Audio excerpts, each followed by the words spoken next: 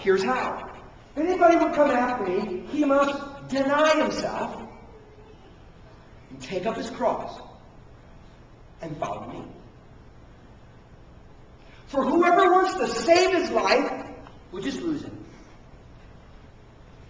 But if you lose your life for my sake in the Gospels, you'll find it. And here in these weighty words of Jesus, we find the essence of what it means to follow him into the good life that we all want. Two thoughts I'd like to highlight this morning. The first thought I would phrase this way. We must abandon our assumptions about what a good life looks like. That's where we start. I think that's what Jesus is actually saying. We've got to abandon our assumptions on what a good life looks like. You see, Jesus said, if you want to follow me, if you want to come after me, you've got to deny yourself. What in the world does that mean? Well, many people answer the question this way. It means you've got to be hard on yourself. Self-denial. Tell yourself no. You've got to be hard on yourself. That's what you got to do. And all sorts of warped concepts have grown out of this misconception. That to deny yourself simply means be hard on yourself. I mean, there are some groups of people that actually believe that they need to inflict physical pain on themselves in order to really follow Jesus. And they will whip themselves, they will cut themselves, they will torture themselves because they think that's what self-denial means. Others will go, no, it's not like that, but what it means is you need to sell everything you have, and you need to become like a hermit or a monk, and you need to live in a colony, and you need to get up at 3:30 every morning and pray and only eat one meal a day, and you've got to be really hard on yourself. And others, this is way more common, they say things like, here's what it means. It means whatever it is that you really like, that's what God doesn't want you to do. Okay? If you really want it, that can't be God's will. Because you need to say no to the things you like. And you need to say no to the things that you really want. Because whatever it is that you like, that you get pleasure from, you want, you got to say no to that. And I've got to embrace the absolute worst thing I can think of. Because that's what God really wants. And those ideas are on there. I mean, they're reasonable. I hate cappuccino. I only drink it because I know it honors God.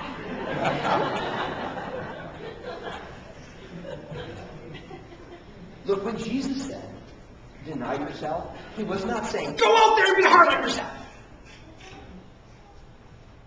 He wasn't saying, try to make your life unpleasant, embrace everything you hate and don't like and find displeasure and reject all of that. He was not saying that.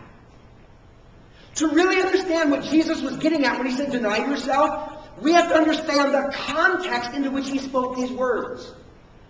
Because these words came in response to something that had just happened. Here's the backstory. Jesus had been traveling around for quite some time now. His fame was growing.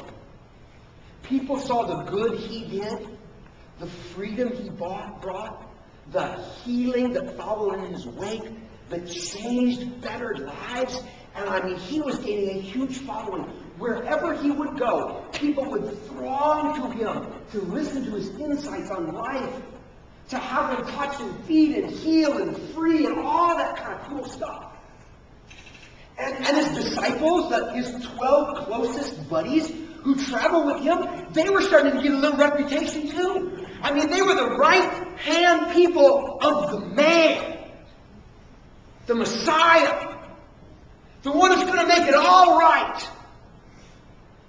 And they were kind of getting caught up in all of his fame and everything else and how awesome it was going to be when finally Jesus becomes the ruler of the world.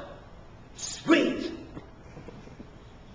And Jesus on one occasion he's talking to a bunch of people, and he says, okay, let me tell you kind of the next chapter here.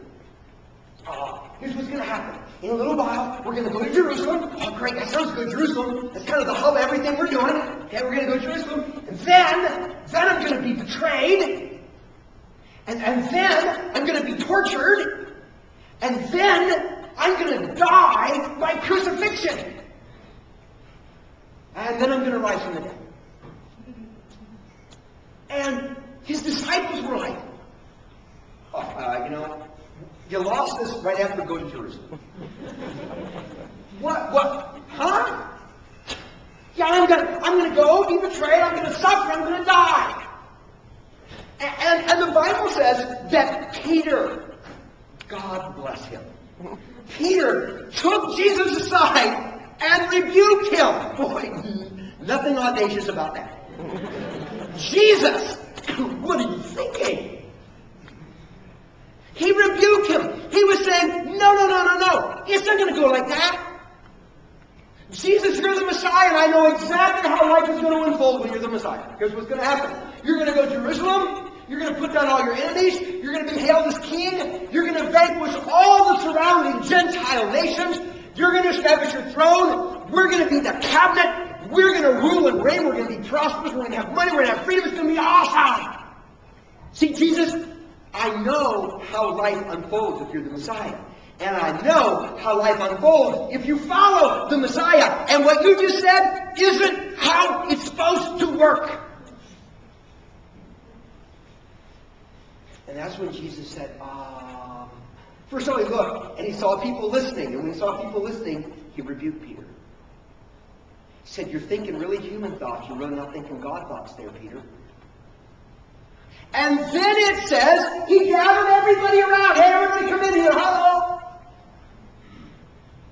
If anyone wants to come after me, he must deny himself. He must say no to something about himself. And in context, what Jesus must have been primarily referring to is this. You've got to let go. You've got to abandon all of your preconceptions, all of your assumptions on how life must unfold if we're going to follow Jesus into the good life. You've got to let go of those. You've got to say, you know what? I really don't know for sure how life might unfold. But it's not probably going to be like I imagine it in my head. And I got to lay all those assumptions aside.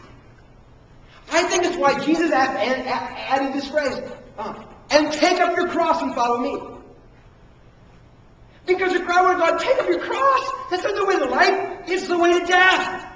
That's not the way to honor. That's the way to shame. That's not the way to a good life. That's the end of the worst life. And Jesus is going, if you knew what I knew, you'd know that the death of the cross is the beginning of all life. You would know that this path that looks so wrong to you is the one right way to go to change the world. If you knew what I knew. So Peter, anybody who wants to follow me, if you want to follow me, you got to lay aside all of your assumptions on how life has to unfold if that life is really going to be good. We all carry those assumptions, don't we? Don't we? I mean, certainly there are things, if it's going to be a really good life, we have to have, right? Like health, right? If you're going to have a really good life, right? If you don't have your health, you don't have anything. Right? To have a good life, got to be healthy. Tell that to Johnny Erickson Todd. Tell that to this skilled teenage athlete who dove into shallow water, broke her neck, became a quadriplegic. Who then, after wrestling with bitterness and wrestling with God, finally surrendered to Him and His will for her life, and now is an advisor to presidents on helping the disabled, who now is an author and artist whose words and works inspire millions. A person whose weekly radio broadcast is heard by millions and millions of people. A woman who has traveled to countless countries to plead the cause of the disabled.